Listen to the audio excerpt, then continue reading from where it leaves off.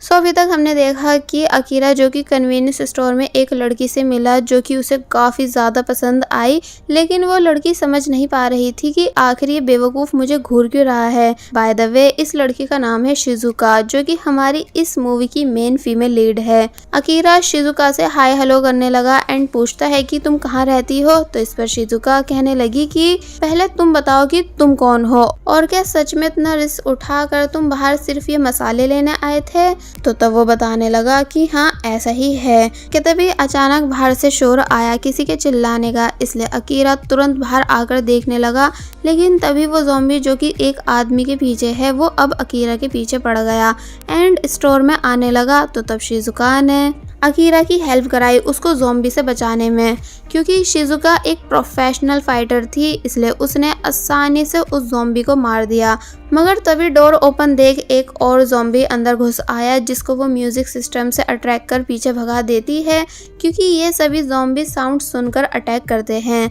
Akira ये सब देखने के बाद सरप्राइज एंड इम्प्रेस हुआ रह गया, इसलिए पूछने लगा कि क्या तुम मेरे साथ चलोगी, क्योंकि मैं कैंपिंग कर रहा हूँ, अकेले कुछ भी करने में फन नहीं है, इसलिए अगर चाहो तो मुझे ज्वाइन कर सकती हो। लेकिन शिजुका ने साफ इनकार कर दिया, ये बताकर कि नहीं मैं तुम्हारी तरह स्टूपिड नहीं जो जान बचाने की बजाय इन सब कामों में टाइम वेस्ट करूं। यानी मेरा सिंपल है कि मुझे कैसे भी करके खुद को जिंदा रखना है और सरवाइव करना है, इसलिए मैं तुम जैसे लापरवाह पर्सन के साथ रहकर अपनी जिंदगी खतरे में नहीं डाल सकती, जो कि ऐसे टाइम में बाहर सिर्फ नमक मसाले लेने निकला। अकीरा चुप खड़ा रह गया एंड देन शिजुका वहां से चली गई। जिसके बाद अब हम देखते हैं कि अकीरा वापस अपने घर आ चुका है, जहां वो सैड नजर आ रहा था कि तभी अपने बेस्ट फ्रेंड केंचो की फोटो देख उसे याद करने लगा कि पता नहीं मेरा दोस्त जिंदा होगा भी कि नहीं। वैसे लास्ट टाइम मैंने उसे बहुत कुछ सुना दिया था जिसका दुख मुझे अभी तक है। और फिर तभी अकीरा डायरी में अपनी नेक्स्ट विश लिखने लगा और वहीं केंचो डर डर के डोर ओपन कर रहा था, क्योंकि वो जिस जगह है वहाँ भी ज़ॉम्बीज़ भरे हुए थे कि तभी उसके मोबाइल की रिंगटोन बजी। ये कॉल अकीरा की थी, जिसे सांस आई ये जानकर कि उसका दोस्त जिंदा है, इसलिए वो केंचो के हाल चाल पूछने लगा। तो तब केंचो भी इमोशनल हुआ कि चलो कोई तो है उसकी फिक्र करने वाला। अकीरा पूछता है कि तुम कहाँ हो, तो इस पर वो बताता है होटल रूम में, क्योंकि तुम्हें पता है ना कि मुझे लड़कियां कितनी पसंद है। कि तभी दिखाया गया कि केंचो के साथ उस रूम में एक ज़ॉम्बी लड़की भी है। अकीरा कहता है कि तुम वहीं रुको मैं तुम्हें लेने आ रहा हूँ, मगर केंचो को लगता है कि ये मजाक कर रहा है, क्योंकि किसी के भी लिए इस टाइम घर से बाहर निकलना सेफ नहीं, इसलिए मना कर भी रहा था कि नहीं तुम यहाँ मत आओ वरना मारे जाओगे, मैं तो वैसे कुछ देर बाद इन ज़ॉम्बीज़ के हाथों मर ही जाऊंगा।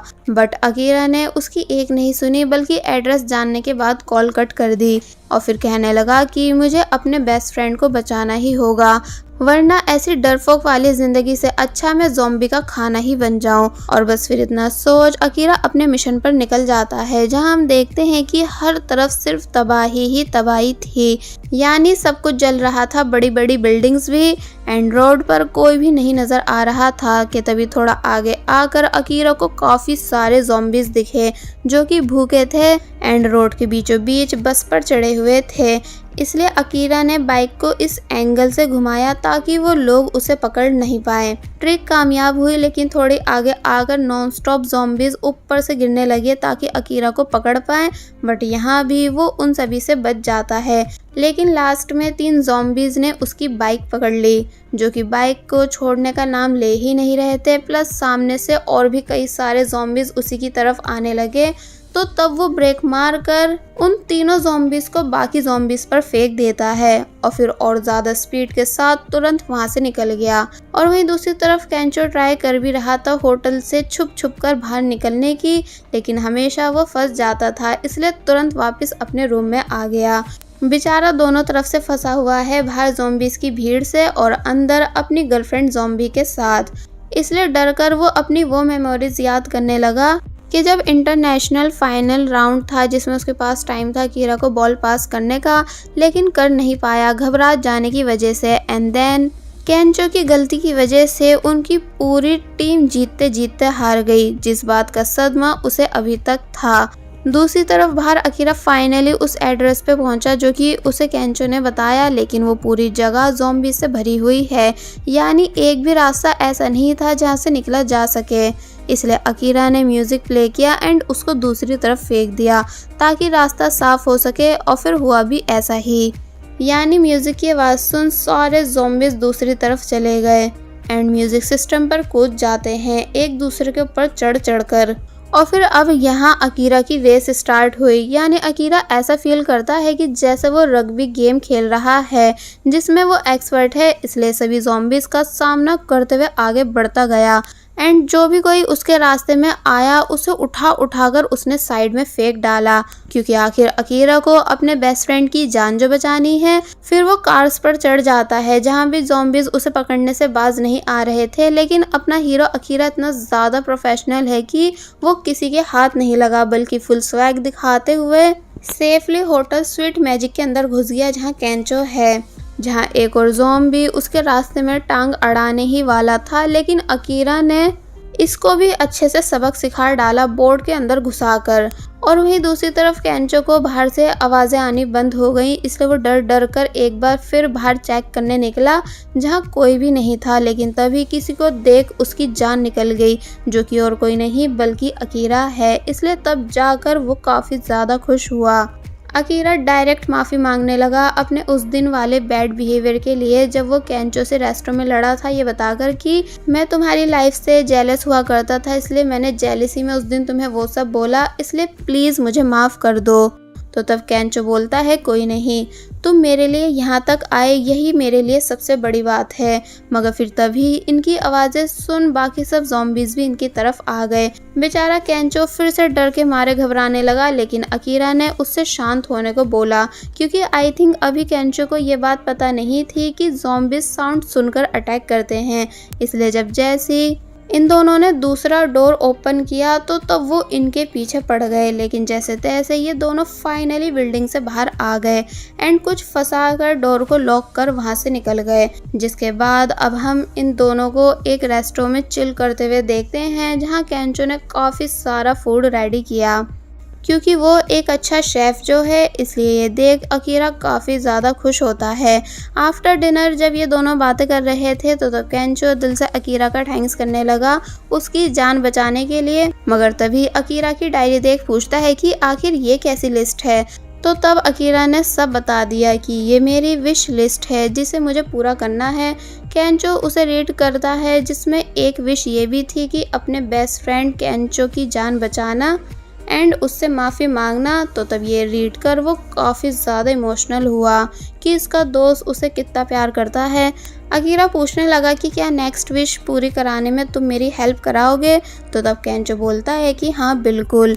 लेकिन जब जैसे अकीरा ने अपनी नेक्स्ट विश बताई कि वो ठीक सुपरमैन की तरह लोगों को ज़ॉम्बीज से बचाना चाहता है, तो ये सुन केंचो के होश उड़ गए कि तुम मजाक कर रहे हो, है ना, क्योंकि ना ही तुम सुपरमैन की तरह उड़ सकते हो और ना ही स्पाइडरमैन की तरह हाथ से जाल निकाल सकते हो।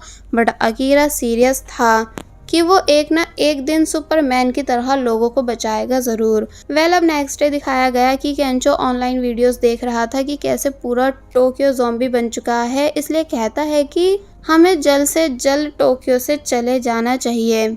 तो तब अकीरा कहता है कि हाँ हम चले जाएंगे, क्योंकि मैंने ऑलरेडी एक जगह देख रखी है। केंचो पूछने लगा कौन सी। तो तब अकीरा ने बताया इबाराकी, जहाँ एक बहुत ही बड़ा एक्वेरियम है जिसके अंदर हमें शार्क सूट मिलेंगे, जिसको स्पेशली शार्क से बचने के लिए बनाया गया है।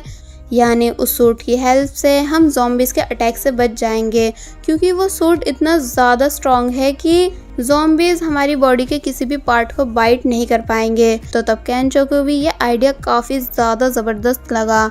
अब एक दिन रेस्टोरेंट में स्पेंड करने के बाद ये दोनों बाहर जाने से पहले ज़रूरत का सामान लेने आए, जहाँ केंचो की तो हवा ख़राब थी ज़ॉम्बीज़ को देख देख कर, लेकिन अकीरा उसे हिम्मत दे रहा था कि तभी इनकी नज़र एक कैंपर पर गई, जो कि अकीरा को काफ़ी ज़्यादा पसंद आई। बट केंचो समझाता है कि तुम इसे बाद में ले लेना, फ़िलहाल हमें पहले सामान ले लेना चाहिए। और फिर जब जैसी इन दोनों ने एक शॉप ओपन की, तभी रोड पर एक बस आकर रुकी, जिसके अंदर काफ़ी सारे लोग थे।